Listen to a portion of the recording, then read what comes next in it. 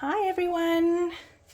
I hope you can hear me okay. I do not have a mic on me at the moment, so I hope the sound is okay.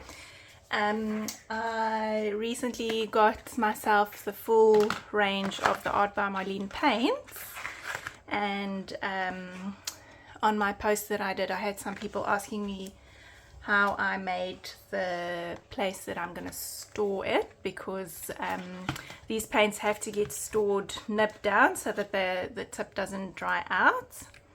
It's got a fine tip there, and it can get that if the paint dries in there, it's going to be a problem to get the paint out. So I did comment there that I've made myself a little storage box for my paints to make sure that I can keep them stored upright and in a cute display. Okay, so this is my little boxy that I made. It's not painted yet. I will get to it. So basically all I did is I took another box. It was a box like this. My husband sells clocking machines, and at one stage they came in these really sturdy boxes, and my mom and I have found a million ways to use these boxes, but now unfortunately they don't make the boxes that strong anymore. So this one I think is more of a cardboard, but this one was actually made with it's a wood of some sort. I don't know if they call it masonite, I think. It's normally on the back of cupboards. They'd have this wood. Okay, so all I did is I marked out a grid of squares. So first they were squares. My squares are 3 by 3 centimeters. I could show you if I find a ruler. There we go. So my squares were just 3 by 3. I marked them all out, and then I thought I would just draw circles in and then cut them with a craft knife, and then I realized the craft knife is never going to go through the wood. So what I did is I took my ruler and then just diagonally I drew all the lines down, and then the other way as well, so I could get the center point. Then in my center point I took my little hole pokey tool, this one here, and I just laid down my piece of paper over the top. I did taper down on the sides, and then I just poked a little hole through each, just so I could get a marking on the box itself. And then my husband very kindly helped me with drilling holes in it with a hole saw. So this is, it doesn't have a size on it. Oh, there, 1 inch, or yeah, it looks like it could be 1 inch. Let's just check. Yeah, so this is a 1 inch one, and the only reason I chose this one is because when I measured them together, it was kind of flush like that, and that's how I measured it. I am the kind of person that don't believe in math, so I try not to measure anything too closely for the sake of preserving my brain power. And then yeah, we just drilled all the holes in, and then when I was done I gave it all a nice sand, just with I think it's a 100 grit sandpaper that I use, just to give it some tooth, because obviously the boxes were quite glossy and I won't be able to paint anything over that. And I did the sides as well. Then to do the bottom, I could have used the box that came with this, but I couldn't find it because it's probably absorbed somewhere else in my craft room. So what I did is I took out a watercolor paper pad. I hope you can see this okay. Watercolor paper pad, and it's got a really thick backing to it. So I just cut a backing for my box, like so. I glued all around the edges with just normal white glue, wet glue, and stuck it on. And just to secure that base, I've just gone around with some masking tape to make sure that everything's going to stay nice and secure. And that's about it. I hope I explained that okay. I tried my best. If you have any questions, you can let me know. The only other thing that I could think of letting you know is my box is about 22.5 centimeters by 16.5 centimeters, and I went 7 by 5 holes, so there's 35. And I've got, I think, 32 colors now, so there'll be 3 spare ones, probably 4 colors that I use a lot. And that's it. I hope that makes sense. I'm going to decorate this box, so yeah, I'll do that with a voiceover and sped up, and I will catch you in a few seconds.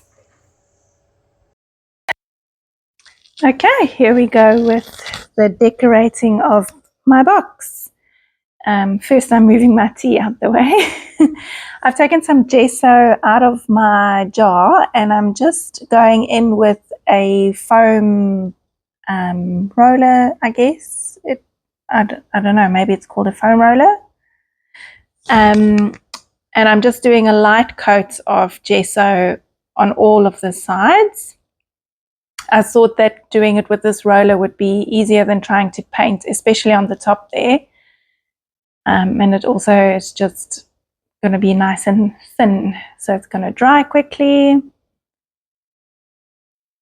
So this layer is not very opaque, and even at the end there's still some of the writing of the original box coming through, but it really doesn't matter to me. This little container is just going to sit on my trolley next to me, so it's not like I'm going to see the sides all the time in full view, so I wasn't too bothered. I did cover it up a little bit with a quote, but yeah, doesn't bother me in the end. Okay, I'm going in with Kissy, and I'm just going to make some lines down the edge of the box. I'm making them random widths. I'm not too bothered about getting the lines straight or whatever. And then the excess paint, I'm just using a sponge, just a makeup sponge, and I'm just blending it on top of the box where the circles are.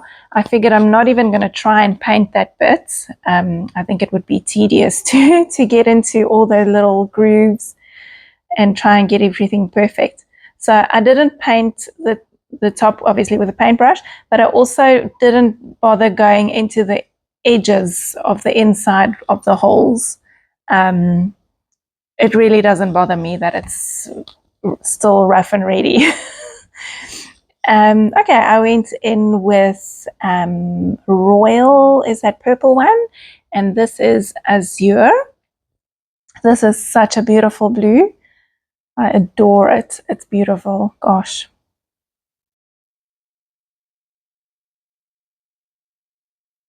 And I'm doing a couple of lines on each side and sponging off the excess.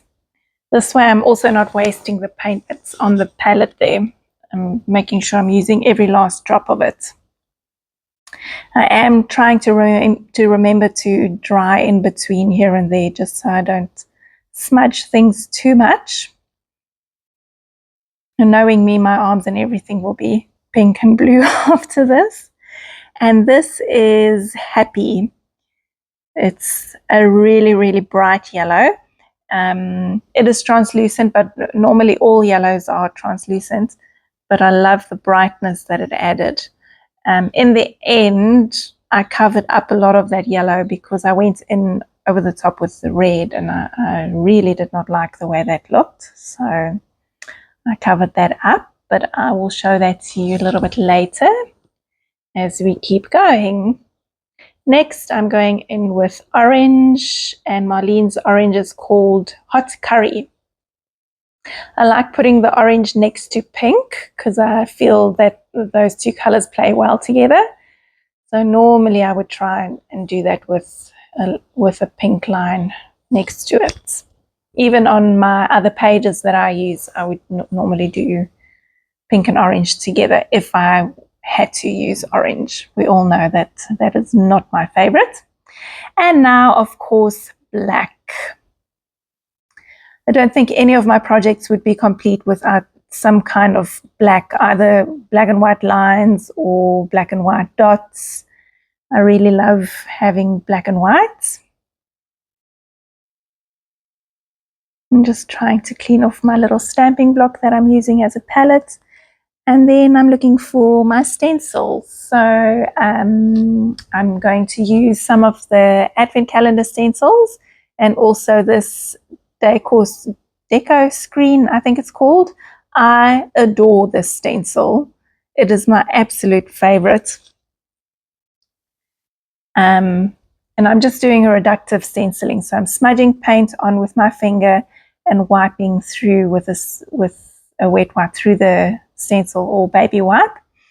I'm going in with the same color but just a little bit lighter. So on the pink I went with peony, and on the purple I think it's lavender. On the azure I went over with mermaid. And now I'm trying to stencil in with some yellow. I should have left it like that. I shouldn't have done the red, but I did do the red and I hated it.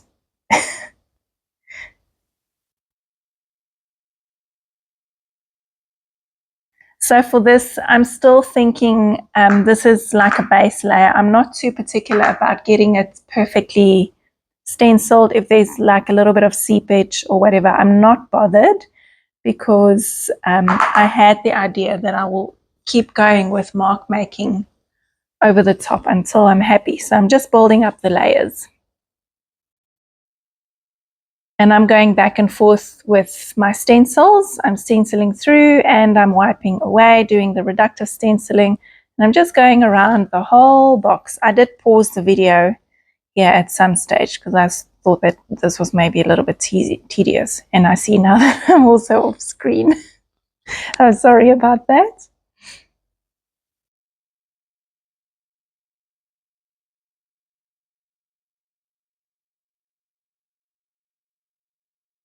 And again, I'm just trying to dry things off enough for me to work, to keep working. I hate waiting for things to dry, so I don't.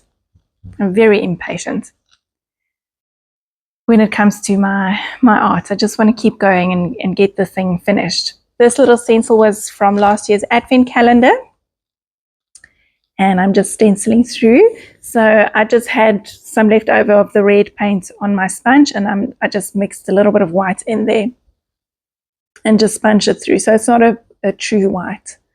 And now I'm going in with white. So that's called Lace in Marlene's paint collection. And I'm going in with yesterday's little stencil from the Advent calendar. Okay. At this stage, I was thinking, okay, this is not working for me. I really don't like the lines. I really don't like the yellow. So I'm covering the yellow with some more pink. It's called Ballet. And after I've covered all the yellow bits, I'm going in with my paintbrush and I'm just going to make marks with my paintbrush. So I figured, let me rather treat this surface as I would any other page that I make, instead of treating it like a box. This is now just a background, building up layers until I'm happy with it. And so I went in with pink, so the Ballet with mark making, and also the azure, and I'm bringing that over the top of all the colors. So I'm not just staying in the blue section or in the pink section, so it's not tone on tone. I'm extending it all over, and I'm doing 3 spots in each on each side. And now Marlene did a cute little hillside for her girl to stand on top of yesterday in her live, and she extended her stenciling by drawing circles around it and then filling it in a bit. So I also did that with mine. I really like that look. And I'm going in with Marlene's acrylic marker and I'm making these little heart shapes. So really just pressing the point down in different directions to make a little heart shape. Again, sticking to my 3s. And I'm just going in between all the colored sections. I'm not going over the top of the black and white sections, just doing it in the colors. And then I went around the edge with my black, with the black side of that acrylic marker, putting it on and smudging it out with my fingers. And there you can see the logo of the box is still coming through. So I'm just using these stickers. They're just letter stickers from an older sticker book from Marlene. And I'm writing the words, "Maker's gonna make." I thought that was a cute quote because I'd made the box and I will be making a lot of things with my paints. And there we go. That's it for my box. I'm going to pop my paints in so you can see how they all stand up together. And I do still have a couple of spots left over for more paints. And that's it. Thank you so much for joining me, and I will see you soon. Bye.